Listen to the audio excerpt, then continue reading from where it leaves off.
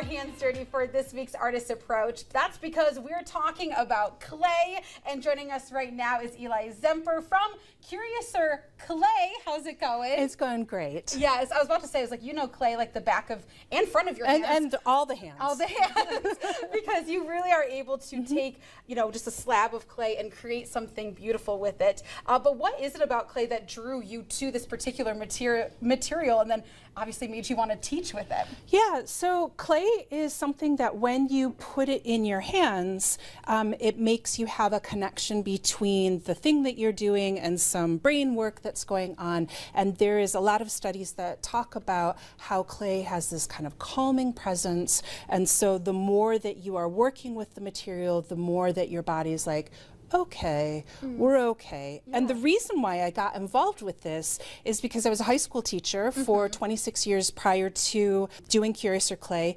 During the pandemic, everybody was really, really sad. And so I decided that I was going to load everything up in my van and go to different communities and just put clay in people's hands so that we could, experience that that happens when you put clay in your hands. Is clay a little bit challenging or harder than people think, or is it because it can be made into so many things? But what's fun about it too? Yeah, so what's really interesting, we're in this era of social media, and so what we see are all the TikTok videos and everything, and in those videos we see 8 seconds of somebody pulling this beautiful vase and ta-da! Yeah.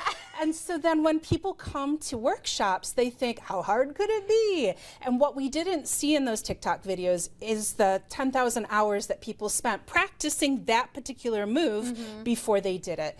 And so what is challenging is not so much the clay so much as what we do up here when we're showing up for clay, either saying mean things about ourselves, like, I'm not creative, or yours is better than mine, or why is this so hard? And instead, part of what we do in the workshops is to encourage people to kind of let that go, let the expectations go. Either this is going to be really easy, or this is going to be really hard, and just sort of be here, do the thing. Generally, when people show up for our workshops, they haven't always worked with clay before. And so that's a question that I ask at the beginning is, how many of you have made, clay fairy doors? And then ask the follow-up question, which is, why would you think that you're going to be an expert? Right.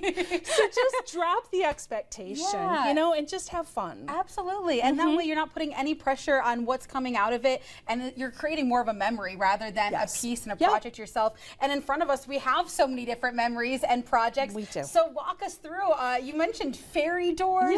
And you mentioned other pieces. Yeah, so talk what you are able to do with clay. Yeah, so if you notice that this shape and this shape are the same shapes. And so for here, we used that shape and we made fairy doors. For here, we used this shape and did plant pockets.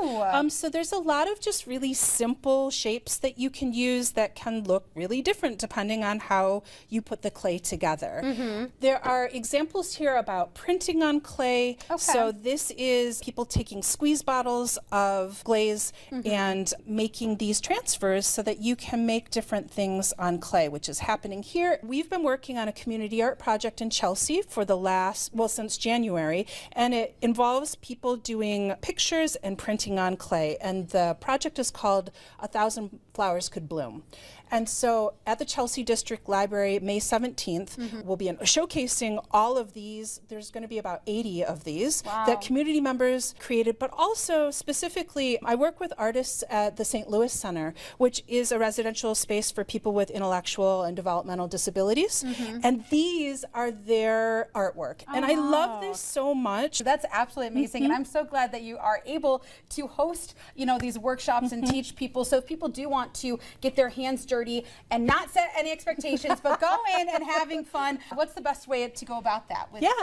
So we have a website where all of our workshops are listed. It's curiouserclay.com, and then we're all on the social medias at Curiouser Clay. Well, thank you so much for not only sharing advice, but also an approach and how we can appreciate artwork as well, and definitely set your calendars for May to check out all of these pieces when they're all done. But thank you so much. Thank you. I appreciate it.